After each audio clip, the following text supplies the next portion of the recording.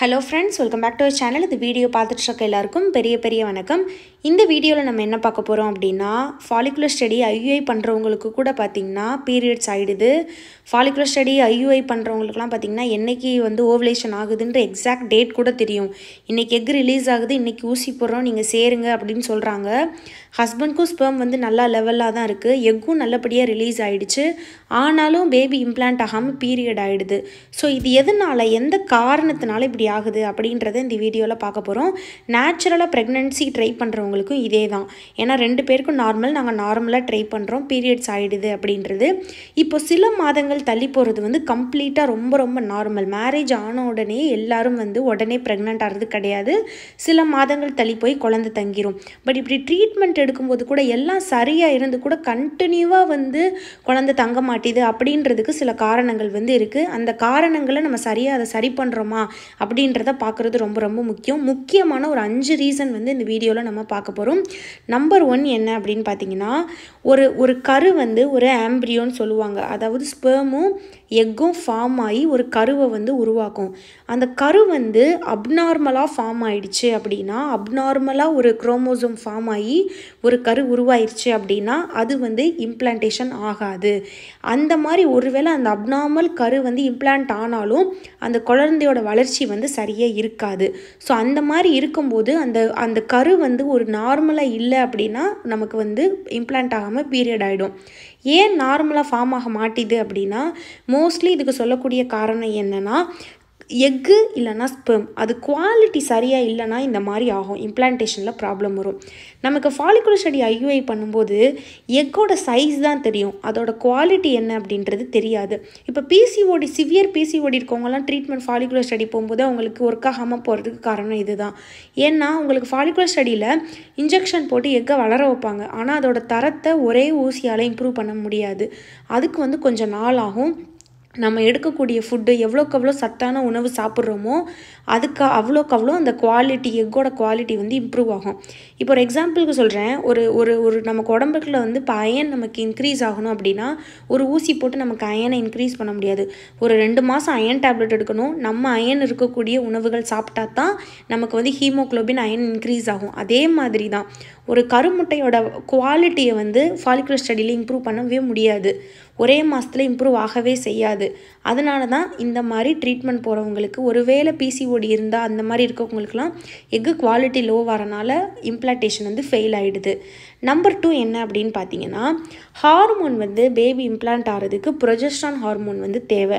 அந்த ஹார்மோன் தான் பார்த்திங்கன்னா அந்த பேபி இம்ப்ளான்டேஷனையே சப்போர்ட் பண்ணுறது. ரொம்ப முக்கியமானது அந்த ப்ரொஜெஸ்ட்ரான் ஹார்மோன் இம்பேலன்ஸ் ஒருவேளை உங்களுக்கு இருக்குது, பிசிஓடினாலேயோ இல்லை மற்ற ரீசன்ஸ்னாலேயோ உங்கள் உடம்புல சரியான அளவு progesterone hormone after ovulation produce ஆகலைன்னா பேபி இம்ப்ளான்டேஷன் ஆகாது. ஸோ ப்ரொஜெஸ்ட்ரான் ரொம்ப முக்கியம்.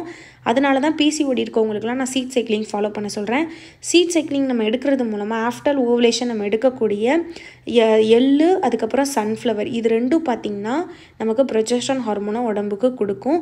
அது போக ப்ரொஜெஸ்ட்ரான் இருக்கக்கூடிய உணவுகளும் நம்ம ஆஃப்டர் ஓவலேஷன் எடுக்கும்போது ஒருவேளை ப்ரொஜெஸ்ட்ரானால் நமக்கு பிரச்சனை ஆச்சு அப்படின்னா அந்த ப்ராப்ளத்தை நம்ம அவாய்ட் பண்ணலாம். Progesterone foods healthy life history அப்படின்னு நீங்கள் சர்ச் பண்ணிங்கனாலே அந்த வீடியோ வரும். பெஸ்ட்டு ப்ரொஜெஸ்ட்ரான் ஃபுட் என்னென்ன அப்படின்றது, அதை ஆஃப்டர் ஓவலேஷன் நம்ம எடுக்கிறது மூலமாக நம்ம உடம்புல அந்த ப்ரொஜெஸ்ட்ரான் ப்ராப்ளம் வராது. இது மெயினாக யாருக்கு வரும்னா பிசிஓடி இருக்கவங்களுக்கு தான் வரும். ஸோ அதனால தான் நான் சொல்லுவேன், பிசிஓடியை ஓரளவு கண்ட்ரோல் பண்ணிவிட்டு நீங்கள் ப்ரெக்னென்சி ட்ரை பண்ணுங்கள். நீங்கள் ஃபாலிகுலர் ஸ்டடி ஐயுஐ போகிறதுக்கு முன்னாடி அட்லீஸ்ட் ஒரு 3 months உங்கள் பாடியை ப்ரிப்பேர் பண்ணுங்கள். எடுத்தோடனே பிசிஓடி ரொம்ப இரெகுலரை வச்சுட்டு ஸ்ட்ரெயிட்டாக ஃபாலிகுலர் ஸ்டடி ஐயுஐ பண்ணாமல் உங்கள் பாடி அட்லீஸ்ட் ப்ரிப்பேர் பண்ணிகிட்டே ட்ரை பண்ணுங்கள். ஒரு 3 மாதம் 6 மாதம், அந்த 3 மாதம் 6 மாதத்துக்குள்ளேயே பேபி தங்கவும் வாய்ப்பு இருக்குது. அதுக்கப்புறம் தங்கலைன்னா கூட நீங்கள் ட்ரீட்மெண்ட் போங்க. அதுக்கப்புறம் பார்த்தீங்கன்னா 3வது காரணம், இதுவும் ரொம்ப முக்கியம். உங்கள் எண்டோமெட்ரியம் ரொம்ப தின்னாக இருக்குது, அதாவது எண்டோமெட்ரியம் லேஸாக இருக்குது அப்படின்னா அந்த எண்டோமெட்ரியத்தில் பேபி இம்ப்ளான்ட் ஆக முடியாமல் போயிடும். அந்த மாதிரி இருக்கும்போதும் உருவான கரு எந்த இடத்துல எண்டோமெட்ரியமில் பிளேஸ் ஆகுதுன்னு தெரியாமல் நமக்கு பீரியட்ஸ் ஆகிடும். ஸோ எண்டோமெட்ரியம் அப்படின்றது தான் கர்ப்பப்பையோட அந்த சுவர் வால். அது குறிப்பிட்ட அளவு இருக்கணும். குறைஞ்சது எவ்வளோ இருக்கணும் அப்படின்னு பார்த்தீங்கன்னா 7-8க்கு மேலே எண்டோமெட்ரியம் திக்னஸ் இருக்கணும். 5-6லாம் பார்த்திங்கன்னா ரொம்ப குறைவு. இப்போ 5, 6 இருந்தால் கர்ப்பமாகவே முடியாதான்னு கேட்டிங்கன்னா கிடையாது, ப்ரெக்னென்ட் ஆகலாம். ஃபாலிகுலர் ஸ்டடி பண்ணும்போது சிலருக்குலாம் 5, 6 தான் வளரும், அந்த மாதிரி கிடையாது. பட் குறைஞ்சது ஒரு 7, 8 இருந்துச்சுன்னா ஒரு ஹெல்த்தியான எண்டோமெட்ரியம் அப்படின்னு அர்த்தம். 8லேருந்து 12 வரைக்கும் எண்டோமெட்ரியம் இருந்துச்சு அப்படின்னா சூப்பர் அப்படின்னு அர்த்தம். ஸோ எண்டோமெட்ரியத்தோட சைஸும் நல்லா இருந்தால்தான் அந்த குழந்தை வந்து பதிஞ்சு வளர முடியும். அதே மாதிரி இன்னொன்று என்ன அப்படின்னா எண்டோமெட்ரியாசிஸ்னு சொல்லுவாங்க. எண்டோமெட்ரியாசிஸ் அப்படின்றது அந்த எண்டோமெட்ரியத்தோட சதை வந்து அதோட அவுட் சைட்லாம் படர்ந்து வளர்ந்துருக்கும், அதுதான் எண்டோமெட்ரியாசிஸ். அந்த மாதிரி இருக்கும்போதும் பார்த்திங்கன்னா அந்த எண்டோமெட்ரியம் வந்து ஹெல்த்தாக இருக்காது, யூட்ரஸ் ஹெல்த்தாக இருக்காது. அந்த மாதிரி இருக்கும்போதும் இந்த இம்ப்ளான்டேஷன் பாதிக்கும். அதே மாதிரி இந்த ஃபிப்ராய்டு, பாலிப்ஸ் இந்த மாதிரிலாம் சொல்லுவாங்க, அதாவது குட்டி குட்டி கட்டி மாதிரி இருக்கும், அதெல்லாம் இருக்குது அப்படின்னாலும் நமக்கு வந்து பேபி இம்ப்ளான்டேஷனில் வந்து எண்டோமெட்ரியம் பாதிக்கும். எண்டோமெட்ரியம் அப்படின்றது அதுதான் ரொம்ப முக்கியமானது குழந்தை வளர்கிறதுக்கு. அதை நம்ம ஹெல்த்தாக வச்சுக்கணும். அதை ஹெல்த்தாக வச்சுக்கிறதுக்கு என்ன பண்ணணும் அப்படின்னு பார்த்திங்கன்னா physical activity and folic acid rich இருக்கக்கூடிய உணவுகள் எடுக்கணும். இப்போ நம்ம சொன்னோம் இல்லையா ஃபஸ்ட்டு, ஹெல்த்து குவாலிட்டி, எக்கோட குவாலிட்டி வந்து கம்மியாக இருக்குது அப்படின்றதுக்கும் சரி, எண்டோமெட்ரியத்தோட குவாலிட்டி ஹெல்த் சரியில்லாமல் இருக்கிறதுக்கும் சரி, சொல்யூஷன் வந்து ஒன்று தான். ஃபோலிக் ஆசிட், விட்டமின்ஸ் இருக்கக்கூடிய உணவுகள் எடுக்கணும், ஃபிசிக்கல் ஆக்டிவிட்டி பண்ணணும். இது ரெண்டும் பண்ணினா தான் எண்டோமெட்ரியமும் ஹெல்த்தாக இருக்கும், எக்கோட குவாலிட்டியும் நல்லாயிருக்கும். அதே மாதிரி ஹார்மோன் இம்பேலன்ஸ்க்கு அதுக்கு வந்து நீங்கள் பார்த்தீங்கன்னா வெயிட் லாஸ். அதுக்கப்புறம் நம்பர் 4 என்ன அப்படின்னு பார்த்தீங்கன்னா யூட்ரஸ்க்கு வந்து ரத்த ஓட்டம் சரியாக இல்லாட்டியும் நம்மளுக்கு வந்து பார்த்திங்கன்னா இம்ப்ளான்டேஷன் நடக்காமல் போயிடும். பிளட் சர்க்குலேஷன் ஆகுது. சிலருக்கு வந்து டாக்டர் வந்து ஆஸ்பிரின் அப்படின்னு 2-3 டேப்லெட் சொல்லி வந்து நேம் இருக்கும், அதோட எல்லா யூஸுமே பார்த்திங்கன்னா சேம் தான். நிறைய பேர் கேட்டிருக்காங்க இந்த டேப்லெட் என்ன, இது ஏன்னா ஃபோலிக்கும் இல்லை, இது எதுக்கு கொடுத்துருக்காங்க அப்படின்னு. அது காரணம் அது வந்து ஓவரால் பாடிக்கு பிளட் சர்க்குலேஷனை வந்து இன்க்ரீஸ் பண்ணும். இந்த பிளட் சர்க்குலேஷன் இன்க்ரீஸ் ஆகும்போது நம்மளோட யூட்ரஸ்க்கும் பிளட்டு வந்து நல்ல ரத்த ஓட்டம் இருக்கும். இப்போ எப்படி ஒரு செடி வளர்கிறதுக்கு தண்ணி வேணுமோ அதே மாதிரியே நமக்கு வந்து அந்த இம்ப்ளான்டேஷன் ஆகி கரு வளர்கிறதுக்கும் நமக்கு ரத்த ஓட்டம் வந்து யூட்ரஸ்க்கு இருக்கணும். போதுமான ரத்த ஓட்டம் இல்லைனா இம்ப்ளான்டேஷன் சரியாகாமல் பீரியட்ஸ் ஆகிடும். அப்போ ரத்த ஓட்டத்துக்கு என்ன பண்ணணும் அப்படின்னு பார்த்திங்கன்னா அதுவுமே ஃபிசிக்கல் ஆக்டிவிட்டி தான். யோகா எக்ஸசைஸ்லாம் பண்ணுறாங்கல்ல, அது எல்லாமே பார்த்திங்கன்னா இந்த யோகாலாம் பண்ண பண்ண பண்ண நமக்கு ரத்த ஓட்டம் அதிகமாகும். நான் சொல்லியிருக்கேன் இந்த பட்டர்ஃப்ளை யோகா, இதெல்லாம் ஆஃப்டர் ஓவலேஷனும் நீங்கள் பண்ணுங்கள். அது வந்து இந்த பிளட் சர்க்குலேஷனை இன்க்ரீஸ் பண்ணும்போது நமக்கு வந்து அவ்வளோ நல்லா ஹெல்த்தாக பார்த்திங்கன்னா நம்ம யூட்ரஸ் வந்து அவ்வளோ நல்லா அப்படியே மெத்த மாதிரி நமக்கு வந்து பிளட் சர்க்குலேஷன் ஆகி சூப்பராக வளர்ந்துருக்கும். பேபி நல்லா தங்குறதுக்கு, இம்ப்ளான்டேஷன் ஆகிறதுக்கும் அது ரொம்ப ரொம்ப ரொம்ப ஹெல்ப் பண்ணும். அதுக்கப்புறம் லாஸ்ட் பட் நாட் லீஸ்ட் தான் சொல்லணும், நமக்கு வந்து ஒரு அன்ஹெல்தியான உணவு முறை இருக்குது பார்த்தீங்களா, அதுவுமே பேபி இம்ப்ளான்டேஷனை வந்து பாதிக்கும். அதாவது இப்போ ஃபாரின்லலாம் சொல்லணும் அப்படின்னா இந்த ஸ்மோக்கிங், ட்ரிங்க் இந்த மாதிரி விஷயங்கள், அது கூடவே பேக்டு ஃபுட், கேன்டு ஃபுட், ரொம்ப ப்ராசஸ்டு ஃபுட், இது எல்லாமே வந்து இம்ப்ளான்டேஷனை பாதிக்கும். பட் நம்ம ஊரில் நம்ம அந்த இது பண்ணுறதில்ல. பட் அதுக்கு ஈக்குவலாக நம்ம என்ன பண்ணுறோம் அப்படின்னா அன்ஹெல்தி ஃபுட்டை நிறைய பேர் அவங்கள அறியாமல் சாப்பிட்றாங்க. அதாவது இப்போ பேபிக்கு நீங்கள் சீரியஸாக பிளான் பண்ணுறீங்க அப்படின்னா அதை பற்றின அவேர்னஸ் வந்து உங்களுக்கு கண்டிப்பாக இருந்திருக்கும்.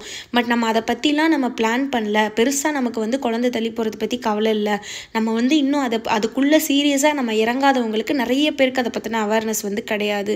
வீக்லி ட்வைஸ் வந்து பார்த்திங்கன்னா வெளியே அவுட் சைட் ஃபுட்டு சாப்பிட்றது, ஃபாஸ்ட் ஃபுட் சாப்பிட்றது, ஜூஸ் குடிக்கிறது, கேக்கு, சாக்லேட்டு, ஐஸ்கிரீமு, டீப் ஃப்ரை பண்ணது, இந்த மாதிரி சாப்பிட்டுட்டு இன்னும் இருக்கிற பெண்களும் நம்ம ஊரில் இருக்க தான் செய்கிறாங்க. நம்ம வந்து இந்த ஒரு ப்ரெக்னென்சி, இந்த வெயிட்டு, பிசிஓன்னு இருக்கிறவங்களுக்கு தான் அதை பற்றின அவேர்னஸ் இருக்கே தவிர எல்லாருக்கும் அந்த அவேர்னஸ் வந்து இல்லவே இல்லை. அதுக்கு ஒரு சிம்பிள் எக்ஸாம்பிள் சொல்லணும் அப்படின்னா அந்த ஷார்ட்ஸில் வர ஃபுட்டெல்லாம் பார்த்திங்கன்னா அதை பார்த்தாலே தலை சுற்றுது எனக்கு. இன்ஸ்டாகிராம், ஃபேஸ்புக், யூடியூப் எதுவாகட்டும், நம்ம ஒரு ஷார்ட்ஸ் ஏதாவது பார்க்குறோம், ஏதாவது ஒரு ஃபுட்டு ரிலேட்டட் வீடியோ பார்க்குறோன்னா அதில் பண்ணுற ஃபுட்டெல்லாம் நம்ம பார்த்தோன்னு வச்சுக்கோங்களேன், அவ்வளோ கேலரி, அவ்வளோ ஆயிலு, அவ்வளோ அன்ஹெல்தி. அப்படியே பொரிச்சு எண்ணெயில் பொரிச்சு அதில் ஒரு சாஸை போட்டு ஒரு க்ரியேட்டிவாக ஒரு ஃபுட்டு ஸ்நாக்கு பண்ணுறோம் அப்படின்ற பேரில் அவ்வளோக்கு அவ்வளோ டீப் ஃப்ரை பண்ண ஃபுட்டை வந்து நிறையா பேர் வீடியோஸில் பார்க்க முடியுது. ஸோ அதை பார்க்குறாங்கன்றனால தானே அதை அப்லோட் பண்ணுறாங்க. அதை பார்த்து பண்ணுறவங்க முக்கால்வாசி பேர் பெண்கள் தான். அவங்களுக்கு அதை பற்றின அவேர்னஸே இல்லை அப்படின்னு தான் சொல்லணும். இந்த மாதிரி இருக்கக்கூடிய ஒரு அன்ஹெல்தி ஃபுட்டு கூடவே அளவுக்கு அதிகமாக டீ, காஃபி, நம்ம கெஃபைன் அதிகமாக எடுக்கிறதும் இம்ப்ளான்டேஷனை பாதிக்கும். அதே மாதிரி ஃபுட்டில் நிறைய புளி சேர்க்குறது, இனிப்பு சேர்க்குறது, ஹீட்டு உண்டு பண்ணக்கூடிய உணவுகள் சேர்க்குறது, இது எல்லாமே பார்த்திங்கன்னா நமக்கு பேபி இம்ப்ளான்டேஷனை வந்து பாதிக்கும். உணவு முறை ரொம்ப ரொம்ப முக்கியம். அதே மாதிரி ஒபேஸாக இருக்காங்க பார்த்தீங்களா, வெயிட் அதிகமாக இருக்கிறவங்க, அவங்களுக்குமே வந்து இம்ப்ளான்டேஷன் ஃபெயில் ஆகும் அப்படின்னு ஒரு ஸ்டடி சொல்லுது. ஸோ முடிஞ்ச அளவுக்கு நல்ல கரெக்டான வெயிட் மெயின்டைன் பண்ணுங்கள், ஹெல்த்தியான ஃபுட் எடுங்க, எக்கு குவாலிட்டியில் இம்ப்ரூவ் பண்ணுங்கள், ஃபோலிக் ஆசிட் உணவுகள் நிறைய எடுங்க, ஃபிசிக்கல் ஆக்டிவிட்டி பண்ணுங்கள். இம்ப்ளான்டேஷன் கண்டிப்பாக சக்ஸஸ்ஃபுல்லாக நடக்கும். இதுக்காக தான் இந்த வீடியோ. அண்ட் இந்த வீடியோ பார்த்த எல்லாருக்கும் ரொம்ப நன்றி.